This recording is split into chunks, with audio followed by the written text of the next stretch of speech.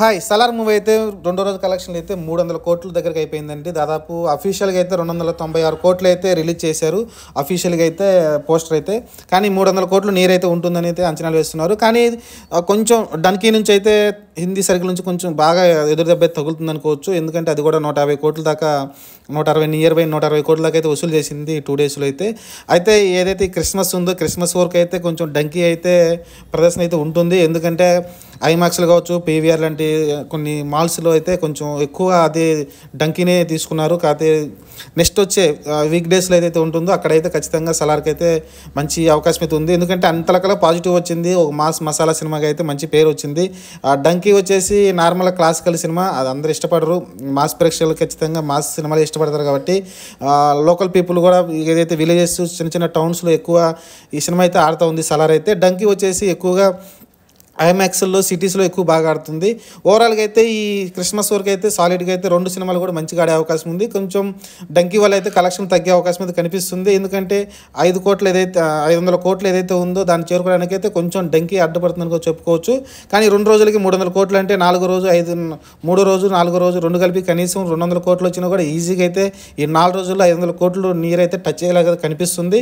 ఎందుకంటే క్రిస్మస్ సెలవులు కూడా ఉంది కాబట్టి చాలామంది జనాలు అయితే వెళ్తారు. సండే కూడా మంచిగా ఉంటుంది కాబట్టి ఖచ్చితంగా 100 కోట్లు వచ్చినా ఈజీగా అయితే నియర్ బై 450 కోట్లు అయితే ఖచ్చితంగా వచ్చేలా కనిపిస్తుంది.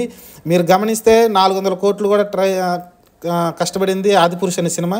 ఎందుకంటే ఆ సినిమా ఇంకా బాగుంటే చాలా పూర్ టాక్ వచ్చింది యాక్చువల్గా ఆదిపురుష్కి అయితే. అలాంటి పూర్ టాక్ వచ్చి డివైడ్ టాక్ వచ్చిన ఆదిపురుష్కే 400 కోట్ల దాకా వచ్చినప్పుడు ఒక మంచి బ్లాక్ బస్టర్ టాక్ వచ్చి అలానే పాజిటివ్ టాక్ వచ్చిన మన సలార్కి అయితే ఖచ్చితంగా ఈజీగా 1000 కోట్లు అయితే కొట్టేసేలా కనిపిస్తుంది.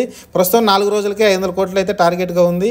మరి చూడాలి సండే రోజు అలానే క్రిస్మస్ వచ్చే కలెక్షన్ బట్టి అయితే డిసైడ్ అవుతుంది. వీక్ డేస్లో కూడా మళ్ళీ నెక్స్ట్ వచ్చేసి తెలుగులో కొంచెం పోటీ ఉండొచ్చు. డెవిల్ వస్తుంది, మన కళ్యాణ్ రామ్ సినిమా, ఆ డెవిల్ సినిమా వస్తుంది.